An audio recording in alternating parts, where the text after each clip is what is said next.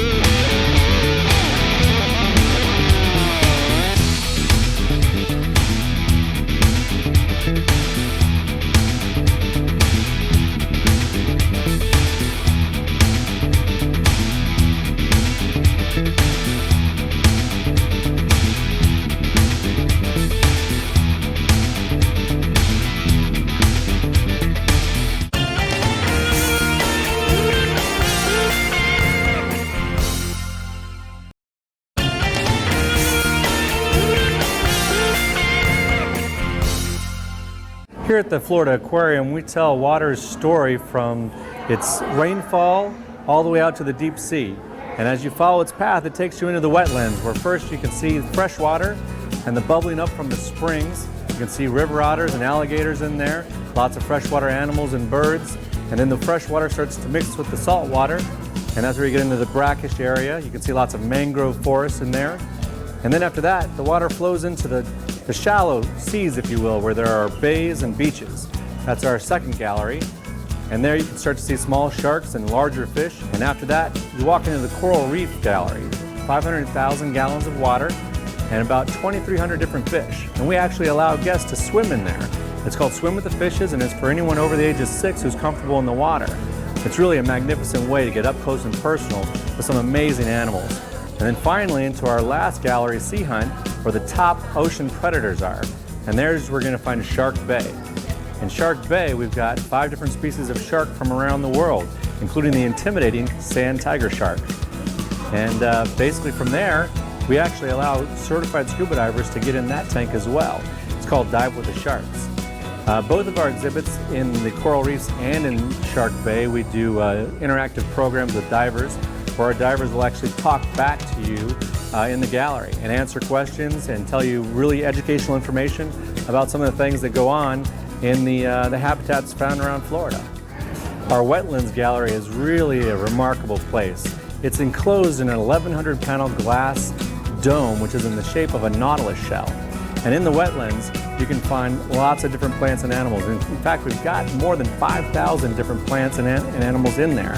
You walk under a complete canopy of mangroves. You really feel like you're outdoors. And in there you can find river otters, which are native to Florida, alligators, which are obviously native to Florida, actually everything in there you can find here in Florida, including dozens and dozens of different birds, which are actually free-flighted birds. We have lots of different fish. You can see stingrays, you can see catfish, red drum that are probably the largest red drum you've ever seen before in your life. We've got some smaller sharks in there, including some small nurse sharks. We've got some cobia in there, which is a great game fish here in Florida. And overall, what you can find in the Wetlands Gallery is everything that you can find along the coast of Florida. It's really a remarkable gallery here at the Florida Aquarium. Our Coral Reef Gallery is really our most spectacular gallery. You start off with the shallow side of the coral reef, where you can find lots of small fish that use that as a home to grow bigger and larger. As you walk past the shallow side, you walk through a tunnel. On one side is the shallow coral, on the other side is the deeper coral. And there you can find moray eels, grouper, tarpon, triggerfish, and angelfish, and lots of other fish in there. After you pass through that area, you're in for a big surprise, because then you come to the panoramic window. This is a 40-foot long, 16-foot high, solid piece of acrylic. It's 12 inches thick, and it is a window into an actual coral reef that we rebuilt here at the aquarium from photographs of a coral reef in the Tortugas. This gallery is amazing, and what you see there is not real coral.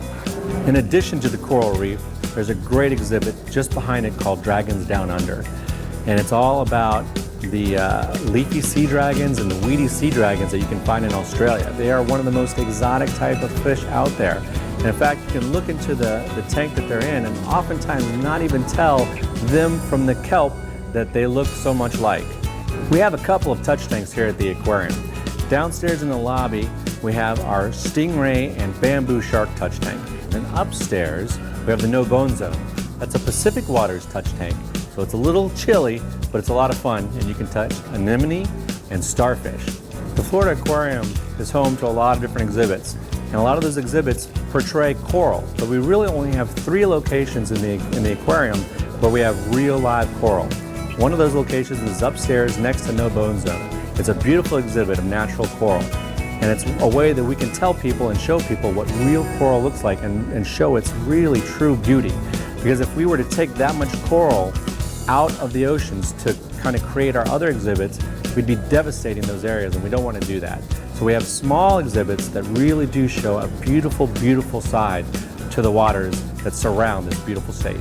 And check out our Penguin Promenade, a very unique, no borders, no barriers experience where our guests come face to face with penguins. These are African black-footed penguins, and they can hop in your lap. It is really an amazing experience and something you don't want to miss. Explorer Shore is a 2-acre water fun zone. And if you've got kids, believe me, you're going to spend a couple hours out there, so bring your bathing suits and bring a towel. There are water cannons, there are geysers shooting up from the ground, there's a pirate ship, there's a 15-foot tall water spouting eel, amongst other things. And believe me, it's right next to the cantina. So you can sit down, relax, have some lunch, watch the kids play, and believe me, you're gonna have to drag them out of there kicking and screaming, because they love it, they really do.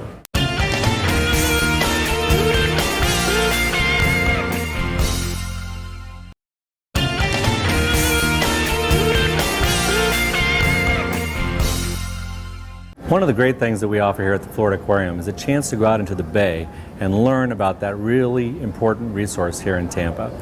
We have the Bay Spirit, which is a 65-foot powered catamaran that you can take out into the bay on an eco tour and learn all about the importance of the bay and the creatures that are found out there.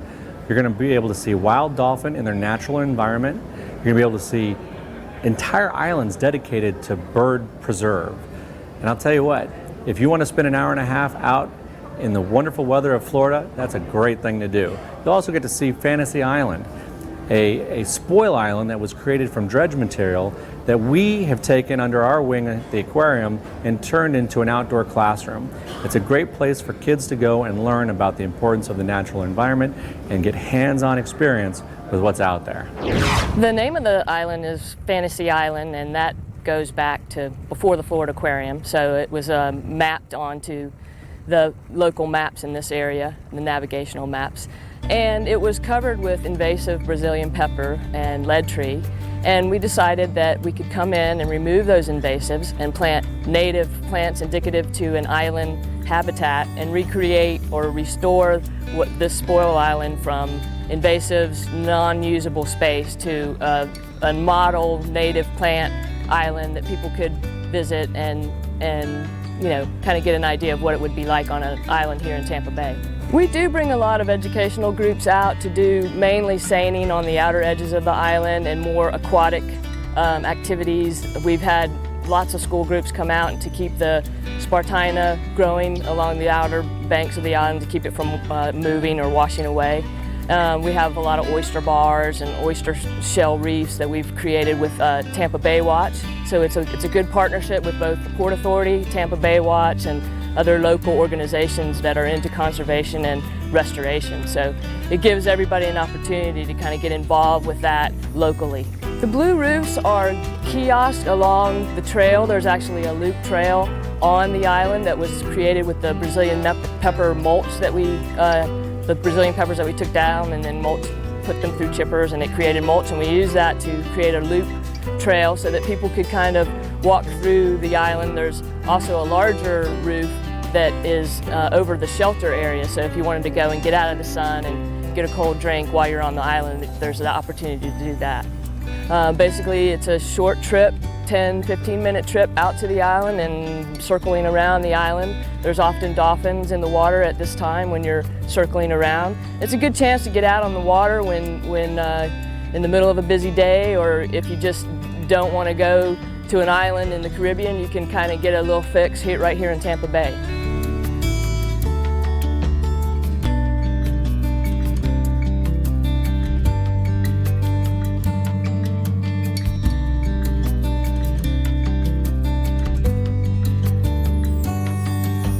Once you park your car in the parking lot, there's actually quite a bit to see on your way to the front door of the Florida Aquarium.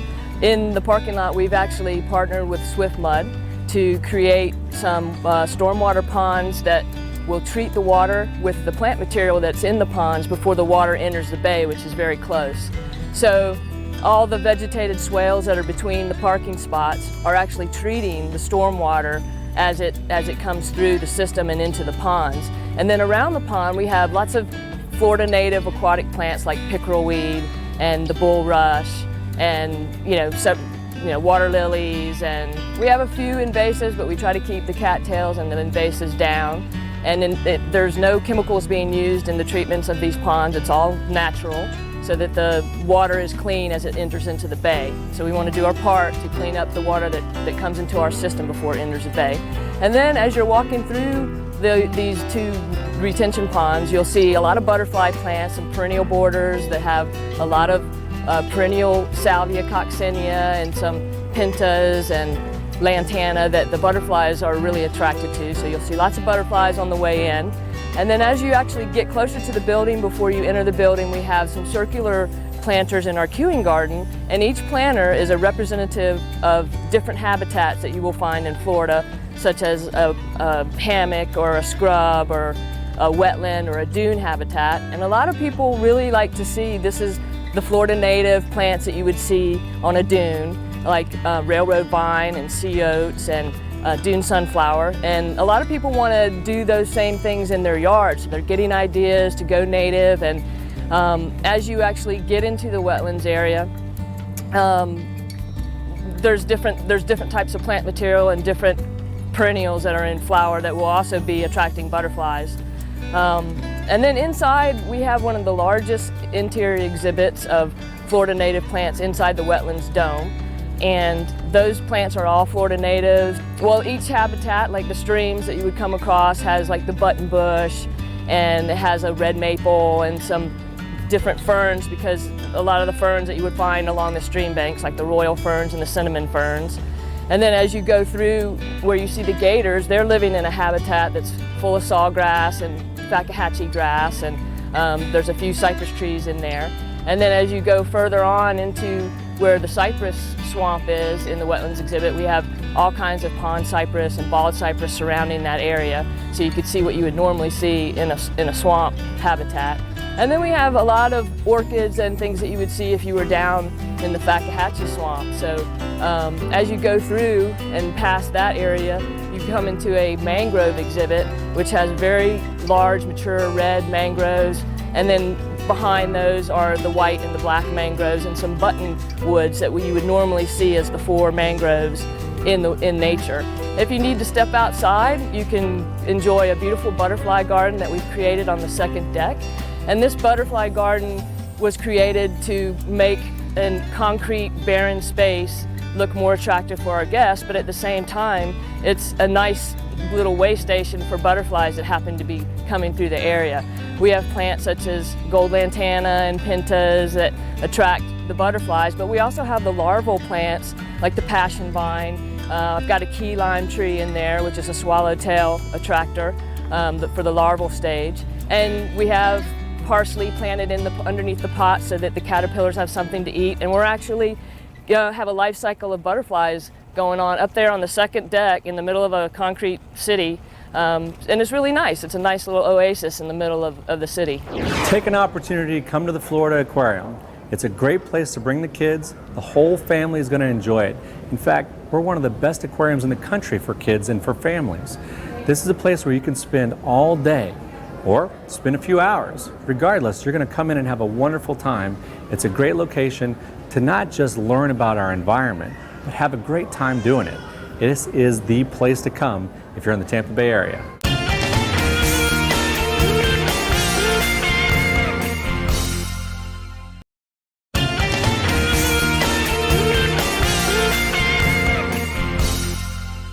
Wow, Amy, was this show totally cool? Absolutely, and I'm sure you enjoyed it too. And be sure to keep watching our series for more of these exciting and beautiful destinations we're going to be bringing to you from Florida, the Carolinas, the islands. Just keep watching because we're going to keep all these exciting places coming to you. You know, and we want to hear from you. You're welcome to interact with us. We want to be a welcome friend in your home each and every week. You can email us at info@iontravel.tv. Pitch some ideas out there. You know, we want to bring you locations, not the same old thing all over again, you know. We want to bring you all of the exciting locations out there that perhaps people have overlooked and have not filmed at. Absolutely, and for more tips, be sure to log on to our website, iontravel.tv. There's some links there to check out some of the places that we featured throughout our series, as well as some other links to our travel partners that can help you by planning ahead. You can save a couple bucks and still enjoy some of the most beautiful places and destinations that we have to offer. And destinations is what this show's all about. Travel resorts, private spas, if you will. We're going to be in the Bahamas. We're going to head to Costa Rica. We're going to be U.S. worldwide. Hey, it's a tough job, but we're doing it just for you. Exactly. Someone's got to do it, but we're going to do it so that you can see what you're missing and all the places you need to go and travel and visit with your friends and family. Another thing we're going to bring into our programming is tips that will help you save money planning ahead to visit locations, such as booking in advance, doing research in the area, getting to a convention and visitors bureau in the city that you're going to visit, so you can arrange discounts and plan your trip ahead and save money. So keep those in mind, and we look forward to seeing you on the next episode of Eye on Travel.